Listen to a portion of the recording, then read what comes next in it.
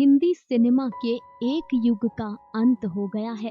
वो चेहरा जिसकी झलक से ही दर्शकों के चेहरे पर मुस्कान आ जाती थी, वो आवाज जिसकी गूंज बरसों तक सिनेमा हॉल में सुनाई देती थी, अब खामोश हो गई है। हम बात कर रहे हैं दिग्गज अभिनेता और निर्देशक, हास्य कलाकार गोवर्धन असरानी की। गोवर्धन असरानी का कल यानी 20 अक्टूबर 2025 को 84 वर्ष की आयु में निधन हो गया।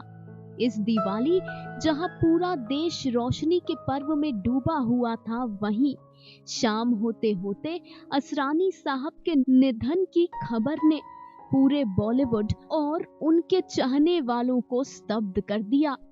उन्होंने अपने फैंस के लिए सोशल मीडिया पर दिवाली की शुभकामनाएं दी थी, जिसके कुछ ही घंटों के बाद वो इस दुनिया को छोड़कर चले गए।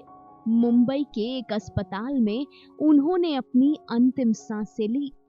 अपनी इस रिपोर्ट में आज हम आपको गोवर्धन असरानी के जीवन की कहानी सुनाने वाले हैं। गोवर्धन असरानी, जिनका जन्म 1 जनवरी 1941 को राजस्थान के जयपुर में एक मध्यम वर्गीय सिंधी परिवार में हुआ था। उनके पिता की कालीन की दुकान थी, लेकिन असरानी का मन कारोबार में नहीं बल्कि कला में लगता था। उन्होंने जयपुर में पढ़ाई पूरी की और साथ ही ऑल इंडिया रेडियो में वॉइस आर्टिस्ट के तौर पर काम किया, ताकि वो अपनी पढ़ाई का खर्च खुद उठा सकें। अभिनय के प्रति अपने जुनून के चलते उन्होंने film and television institute of India में दाखिला लिया, जहां से उन्होंने एक्टिंग का कोर्स किया। उन्हें लगा था कि सर्टिफिकेट मिल जाने के बाद बॉलीवुड में काम करना आसान होगा, लेकिन मुंबई में उनके शुरुआती दिन काफी चुनौतीपूर्ण रहे। एक इंटरव्यू में दिग्गज एक्टर ने खुद बताया था कि उन्हें काम के लिए स्टूडियो भटकना पड़ता था। प्रोड्यूसर्स उनसे कहते थे कि एक्टिंग के लिए कोई सर्टिफिकेट नहीं चाहिए, बल्कि बड़े बड़े स्टार्स बिना ट्रेनिंग के काम कर रहे हैं, तुम जाओ। 2 साल तक संघर्ष करने के बाद उन्हें कोई काम नहीं मिला। तब उनकी मदद की थी इंदिरा गांधी ने। पॉलिटिशियन इंदिरा गांधी, जो उस समय सूचना एवं प्रसारण मंत्री थी। इंदिरा गांधी पुणे आई थी। असरानी और उनके दोस्तों ने इंदिरा गांधी से अपनी परेशानी शेयर करते हुए उन्हें बताया कि FTII से ट्रेनिंग लेने के बाद भी उन्हें कोई काम नहीं मिल रहा है। जिसके बाद इंदिरा गांधी ने मुंबई आकर प्रोड्यूसर्स से बात की और ट्रेन किए गए कलाकारों को मौका देने के लिए कहा। इस समर्थन के बाद असरानी को 1967 में पहली फिल्म हरे कांच की चूड़ियां में काम मिला और फिर 1971 में ऋषिकेश मुखर्जी की क्लासिक फिल्म गुड्डी से उन्हें असली पहचान मिली। इसके बाद उन्होंने पीछे मुड़कर कभी नहीं देखा। ये भी बता दें कि जब इंदिरा गांधी ने गोवर्धन असरानी की मदद नहीं की थी, उससे पहले फिल्म गुड्डी के ही निर्देशक ऋषिकेश मुखर्जी असरानी को अपने घर के अंदर घुसने तक नहीं देते थे। शुरुआती संघर्ष के दिनों में असरानी काम के लिए जब भटकते थे और जब वो डायरेक्टर ऋषिकेश मुखर्जी से काम मांगने जाते थे, तो मुखर्जी उन्हें अक्सर कहते थे कि मेरे घर के अंदर मत आना, मेरे घर में 3 कुत्ते हैं, तुम्हें काट लेंगे तो अच्छा नहीं होगा। हालांकि इंदिरा गांधी से मिली मदद के बाद ऋषिकेश मुखर्जी ने ही उन्हें फिल्म गुड्डी में बड़ा ब्रेक दिया और गोवर्धन असरानी उनके सबसे पसंदीदा अभिनेताओं में से एक बन गए। 5 दशकों से अधिक अपने करियर में असरानी साहब ने 350 से ज्यादा हिंदी और गुजराती फिल्मों में काम किया।